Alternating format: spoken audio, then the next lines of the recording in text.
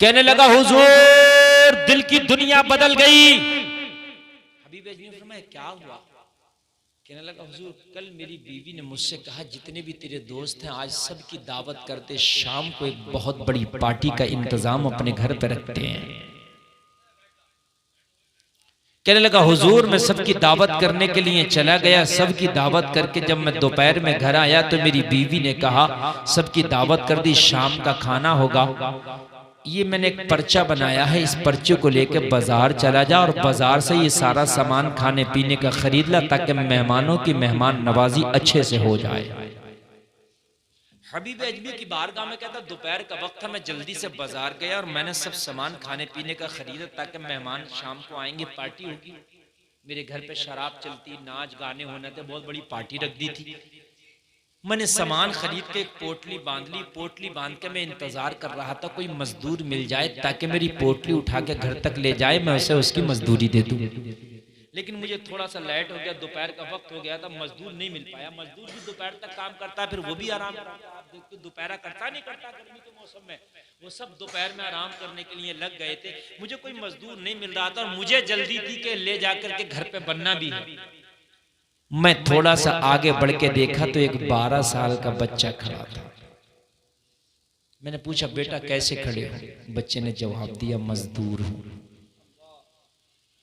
मैंने कहा बेटा तुम कैसे खड़े हो? सब तो आराम करने चले गए। बच्चे ने जवाब दिया सुबह से खड़ा हूं, मुझे मजदूरी नहीं मिली, इसलिए आराम क्या करूं, मजदूरी तलाश कर रहा हूं।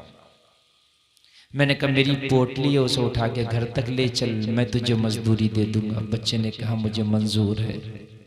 बच्चा मेरी पोटली के करीब आया, देखा पोटली भारी है, बच्ची की उम्र 12 साल कम है। बच्चे ने कहा तेरा काम तो इतना बड़ा है कि जवान आदमी कर पाएगा, मैं नहीं उठा पाऊंगा, बच्चा हूँ।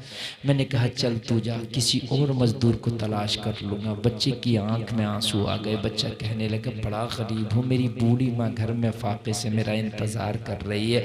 अगर मैंने तेरी पोटली को छोड़ दिया तो हो सकता है शाम तक मुझे कोई मजदूरी ना मिले और मुझे खाली हाथ घर वापस जाना पड़े।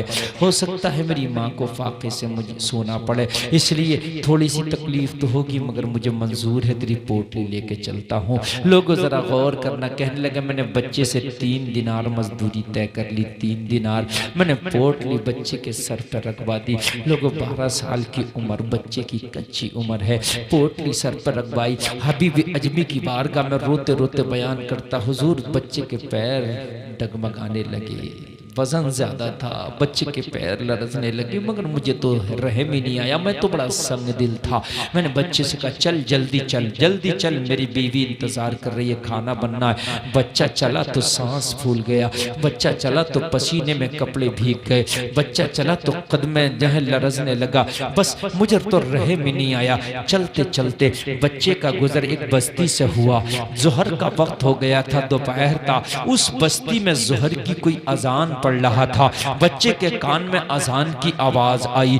बच्चे ने पोटली जमीन पे दे मारी। मैंने कहा बेटा क्या थक गए हो, क्या सांस फूल गया है? बच्चे ने जवाब दिया थकने की वजह से नहीं रखा, सांस फूलने की वजह से नहीं रखा। और फिर क्यों रखा है? बच्चे ने जवाब दिया देखता नहीं अजान हो रही है, अल्लाह का बुलावा आ गया है, पहले नमाज पढ़ेंगे बाद में तेरा काम करेंगे। 12 साल की उम्र और जज्बा देखें यार, यहाँ तो जवानों को टाइम नहीं है और काम अपना नहीं कर रहा था, मजदूरी कर रहा था। यहाँ तो अपना काम करते हुए भी हमें नमाज का टाइम। मजदूर था यार, मजदूर। इस वक्त का मालिक कोई और था मगर कहने लगा मैंने पहले नमाज पढ़ना, मेरे रब की काल आई है, मेरे रब का बुलावा आया, पहले मुझे अपने रब के बुलावे को पूरा करना है, नमाज पढ़ना है। हबीब अजमी की बारगाह में अर्ज करता हुजूर जब मैंने बच्चे की आदा देखी मैं खामोश हो गया, हक्का बक्का रह गया। या अल्लाह 12 साल की उम्र में इतना बड़ा नमाजी, यानी पोटली जमीन पर रख दी। और इसे पता है बड़ी मुश्किल से ये मजदूरी मिली, अभी मैं मना कर दूं कि मैं नहीं करा रहा तो उससे तो फिर इसका क्या। मैं खामोश होकर बच्चे के चेहरे को देखने लगा। बच्चा समझ गया ये तो जालिम इंसान है, मशहूर जमाना है इसका जुल्म, ये क्या नमाज पढ़ने देगा, मना कर देगा अभी, या तो मजदूरी छोड़ना पड़ेगी या नमाज छोड़ना पड़ेगी। बच्चे ने इससे फौरन कहा खामोश क्यों है, परेशान क्यों है? 3 दिनार मजदूरी तय है, 1 दिनार कम दे देना मगर नमाज की इजाजत दे दे। यार जरा बोलो ना यार, सुभान अल्लाह। आज तुम्हारे बच्चे भी कमाते हैं, ये जरूर कहते हो अपने बच्चे से, फला का बच्चा सऊदी में इतना कमा कर लाता, फला का बच्चा कतर में इतना कमा रहा, तू क्यों नहीं कमाता? यार कभी ये भी कह दिया करो, बेटा आता है जितना कमाना लेकिन नमाज ना छोड़ना। हबीब अजमी की बारगाह में अर्ज करता है, मैंने कहा बेटा 2 दिनार दे दिया, मजदूरी 3 दिनार चल रही है, शाम को 2 दिनार लेके माँ के पास जाएगा, तेरी माँ पूछेगी 1 दिनार कहाँ डालाया, तो जवाब क्या देगा? तेरी माँ हिसाब लेगी, हिसाब कैसे देगा? कहने लगा माँ हिसाब पैसों का बाद में लेती, एक हिसाब और लेती है। वो कौन सा हिसाब है? कहने लगा जब मजदूरी का पैसा अपनी माँ के हाथ में देता हूँ ना, तो मेरी माँ कहती है पैसा बाद में दे, मजदूरी का पहले ये बता नमाजें कहाँ पढ़ के आया है। मेरी माँ पूछती है बता ज़ोहर कहाँ पढ़ के आया है, असर कहाँ पढ़ के आया है, मगरिब कहाँ पढ़ के आया है। मेरे मालिक, अगर मेरी एक नमाज भी छूट जाए तो मेरी माँ मेरी मजदूरी का पैसा कबूल नहीं करती। मेरी माँ कहती है जो पैसा नमाज़ें छोड़ के कमाया गया हो उस पैसे से मैं खाना नहीं खाऊंगी, फाके से रहना मंजूर है, मगर नमाज छोड़ के कमाया गया पैसा मुझे खर्च करना मंजूर नहीं। अगर माँ आज ऐसी हो जाए तो खुदा की कसम तुम्हारे लाल जो है जवान होने से पहले नमाज। अल्लाह, मेरी माँ मुझसे पैसों का हिसाब बाद में लेती है, नमाजों का पहले लेती है। आय आय आय, जरा गौर करो मेरे भाइयों, आज की माँ जब खुद नहीं पढ़ती तो बच्चे को कहां से नमाजी बनाएगी? कहां से बनाएगी? आज की माँ तो अपने बच्चों को चंद चीजों पे झूठे दिलासे दे दे के तेरे लिए कार लाएंगे, तेरे अब्बू ट्रैक्टर लाएंगे, इस तरीके की बातें करके बच्चों को शुरू से ही धोखेबाज बना देती है। ये लोगों बच्चों को कभी झूठी बात ही ना कहो, बच्चों को झूठी बात ना कहो, वो धोखेबाज बनेगा। उसको पता है कि मेरी माँ इतने वादे कर रही है, एक भी वादा पूरा नहीं हो रहा है, तो वो क्या करेगा जवान होके? झूठे बात। बच्चे को ज्यादा डांटो मत, वो बुज़दिल बनेगा। हर बात में उसे डांटते रहोगे, बुज़दिल बनेगा। तवज्जो करो, डांटो ना दादा, बुज़दिल बनेगा। झूठी बात वादे ना करो, धोखेबाज बनेगा। ओ मेरे भाई, बच्चे को शाबाशी दो, अच्छे काम पर उसकी तारीफ करो, बहादुर बनेगा, आगे बढ़ेगा। वाह बेटा वाह, अगर थोड़ा सा अच्छा काम करे ना तो उसकी पीठ थपथपाओ, वाह क्या बात, हमारा बेटा माशाल्लाह ऐसा करता है, ये देखो ये करता है। जरा जरा सी बात पर ना डांटो बच्चों को, बुज़दिल बनते हैं ये बच्चे। इनके सामने धोखे की झूठ की बात ना करो, वरना ये धोखेबाज बनते हैं। आज की माँ यही कर रही होती हैं, वो हम फला जगह से वो ला देंगे, ये ला देंगे, ये हो जाएगा, वो हो जाएगा, है ना। उसको गाना सुना दिया, कार्टून दिखा दिया, और कौन कौन से आजकल वो चल रहे, निक्की निक्की और छोटा पतलू मोटा पतलू सब दिखा रही है माए। बात है मेरे भाई, यूट्यूब पे बच्चा देख रहा, वो देखते देखते जैसा करेगा मेरे भाई वैसे ही तो होगा ना, जैसा देखता चला गया। खुदा की कसम खा के कहता हूँ, पहले की माएँ भी तो अपने बच्चों को पालती थी, दूध वो भी पिलाती थी, मगर वो गोद में लिटा के बच्चा दूध पी रहा, माँ सूरे यासीन पढ़ रही है, बच्चा दूध पी रहा, माँ सूरे रहमान पढ़ रही है, बच्चा दूध पी रहा, माँ सूरे बकर पढ़ रही है, बच्चा दूध पी रहा, माँ नबी का कलमा पढ़ रही है, बच्चा दूध पी रहा, माँ नबी की नात पढ़ रही है, बच्चा दूध पी रहा, बच्चा आगोश में लेट के माँ की छाती से चिपक के दूध पी रहा, और माँ थपकियां देती जा रही है और अपने बच्चे को कहती जा रही है तुम सो जाओ या मुस्तफा, कहते कहते खुले आंख सल्ले अला, कहते कहते। वाह वाह वाह, नारे तकबीर, जोरदार, जरा जोर से बोलो यार, नारा जोरदार नारा, नारे तकबीर, नारे रिसालत, मसलके आला हजरत उलमाए अहले सुन्नत हजरत अल्लामा मुफ्ती गुलफाम रजा रामपुरी नारे तकबीर, नारे रिसालत। देखिए हौसला कम नहीं होना चाहिए। मैं अगर सुना सकता हूं तो आप सुनने की ताकत रखिए, समझ रहे हैं आप? मैं अगर सुना सकता हूं तो आप सुनने की ताकत रखिए। और अगर हौसले आपके कम हो गए तो तकरीर खत्म होगी, इसलिए कि मुरझाए हुए मजमे में तकरीर करने की हमारी आदत। हाँ, अपना मसला तो यह है कि जब तक मामला शबाब का हो जब तक ठीक है, हाँ, उसके बाद में बोझ नहीं बनना चाहिए। तो अभी तो बोझ नहीं हूं ना मैं। अल्लाह, अब जरा गौर कीजिए यार, जब माँ का दूध पीने से पहले नबी की नात सुनते थे, माँ का दूध पीते थे, नबी का कलमा सुनते थे, तो जब ये जवान होते थे तो मस्जिद के नमाजी नजर आते थे, मैदानों के गाजी नजर आते थे, कुरान के कारी नजर आते थे।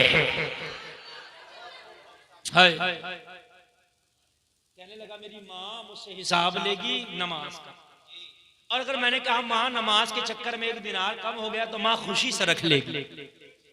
कहने लगा बच्चे ने ये जुमले क्या कहे, बच्चे के जुमले मेरे दिल पे असर कर गए। हबीब अजमी की बारगाह में अर्ज करता हुजूर, उस बच्चे के जुमले तीर की तरह मेरे सीने में चुभ रहे थे। बड़े बड़े की बातों का असर नहीं हुआ था, मगर नन्ही मुन्नी जबान से जब सच्चाई के साथ जुमले बोला था तो बच्चे के जुमले दिल पे असर कर गए। ऐसे असर किए कि दिल में गुनाहों का अंधेरा था, मगर बच्चे की बात का असर हुआ तो मोहब्बत की लाइट जल गई, मोहब्बत का सवेरा होने लगा। और जब मोहब्बत का सवेरा दिल में हुआ तो बच्चे का दर्द और तकलीफ महसूस होने लगी। मैंने कहा बेटा जा नमाज भी पढ़ ले और मजदूरी भी 3 दिनार ही दे दी जाएगी। सुभान अल्लाह, मजदूरी भी 3 दिनार दे दी जाएगी और नमाज यार बोलो ना सुभान अल्लाह। आप बोल नहीं सकते, इतनी बुरी रात में हमारे भाई का जज्बा देखें कितना जवान है। रात बुरी है मगर नोट जवान है। हाँ, नहीं कह देने में क्या असर है, वरना 2-4-500 में हमारा क्या हो रहा है। हमने तो करोड़ों रुपए मदरसे में लगा दिए। हाँ, यहाँ कोई 500-1000 वाला मसला नहीं है, यहाँ तो करोड़ों रुपए लगा दिए। लोग चंदा करते हैं, मदरसा कम बनाते हैं, चंदा ज्यादा करते हैं। समझ रहे हैं? यहाँ चंदा कम हुआ, मदरसा ज्यादा बना, टाइम ही नहीं है चंदा करने का। हकीकत बात है, हाँ हकीकत बात है। लोग जुड़ते भी गए और मियां अल्लाह ने मजबूत बनाया, कोई नहीं भी जुड़े तो अल्लाह ने काम कर दिया।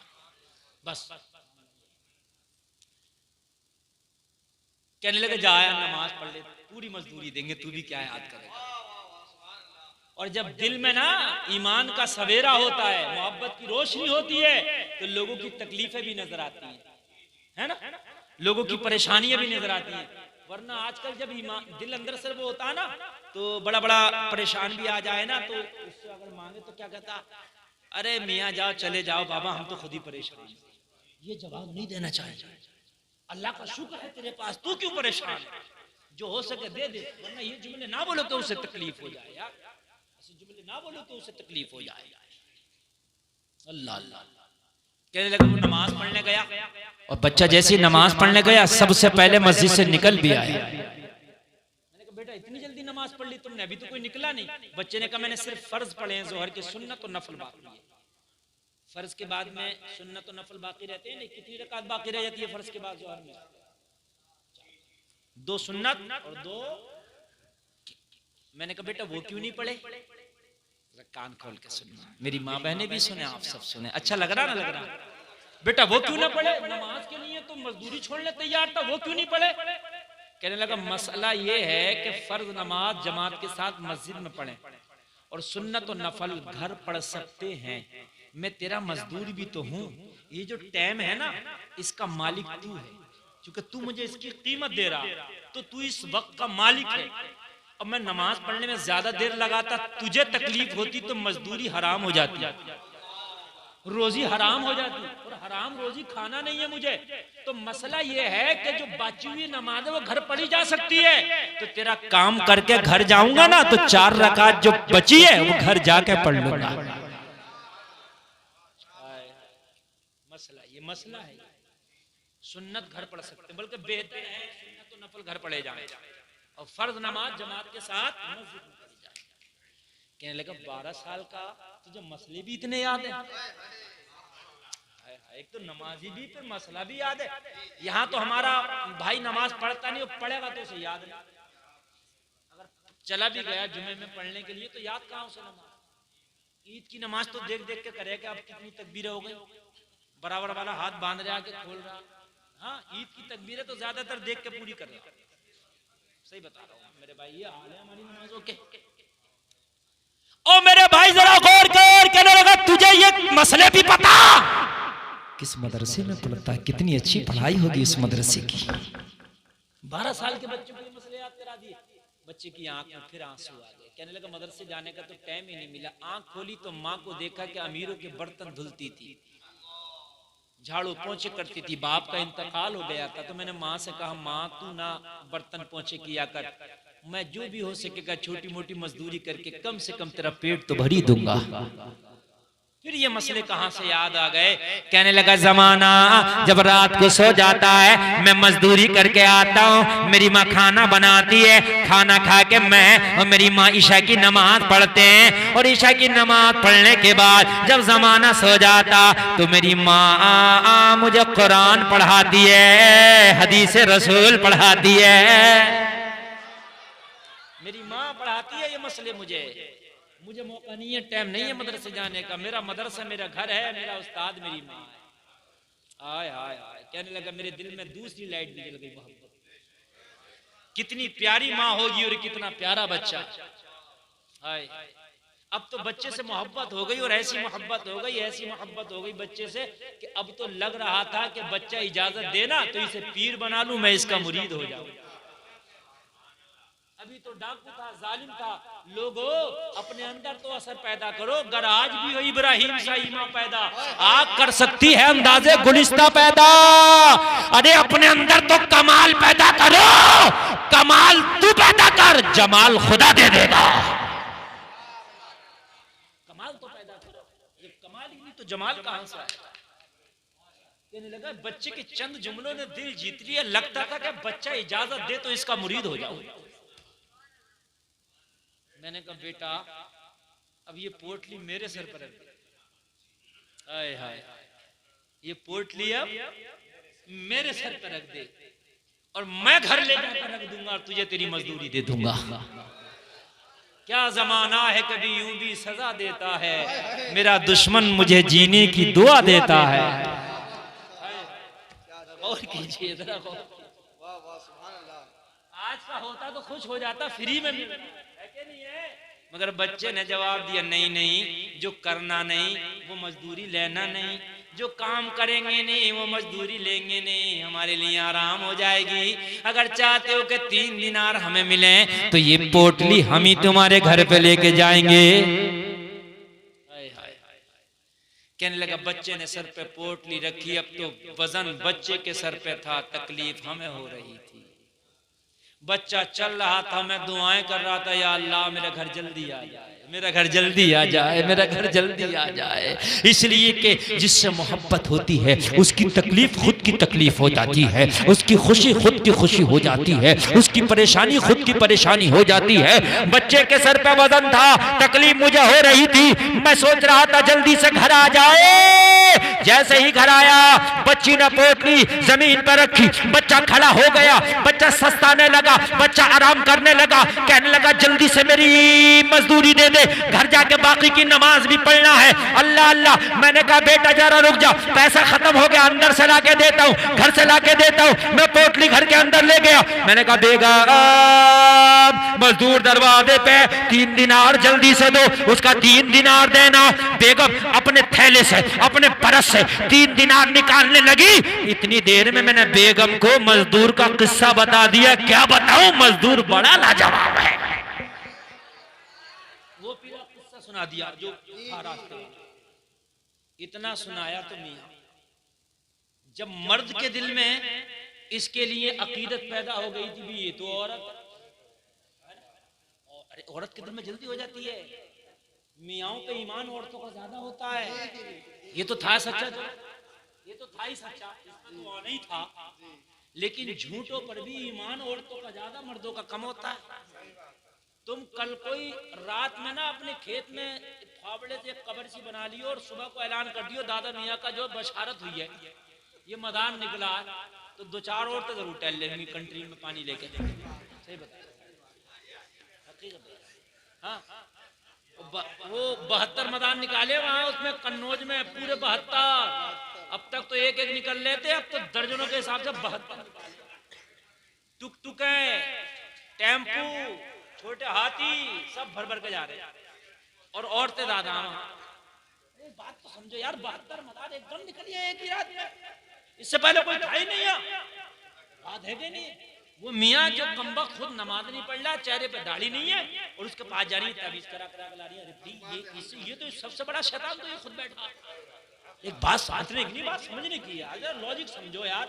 जो खुद नमाज नहीं पढ़ रहा मेरे भाई है ना, खुद उसे दीन याद नहीं, खुद उसे कुरान याद नहीं है मेरे भाई, ये तो बता दो वो तुम्हारा कहां से भूत उतार देगा, तुम्हारा कहां से दीन उतार देगा वो? ये तो खुद भूत है। बात है कि नहीं है यार? मगर जा रही है, कट के आ रही है वहां पर, पैसे भी दे के आ रही है, खूब टाइम भी खराब कर रही है। मियाँ बड़े अच्छे, अरे यार 100 आदमियों को मेरे पास भेजो, मैं कुछ नहीं पढ़ूंगा, मैं ऐसे उन्हें मिट्टी उठा उठा के दे दूंगा, 20 आदमी तो अच्छे हो जाएंगे, इसलिए कि वो तो खुद ही अच्छे होना होते हैं। आपका हाथ कट जाए, दवा कर लो तब भी सही हो जाएगा, और ना कर लो वो तब भी हो जाएगा। बॉडी के अंदर ये सलाहियत है जख्म को कुछ दिनों के बाद खुद ही सही कर देती है। बात समझे? हाँ, अब तो बड़े बड़े खतरनाक बुखार चल रहे हैं,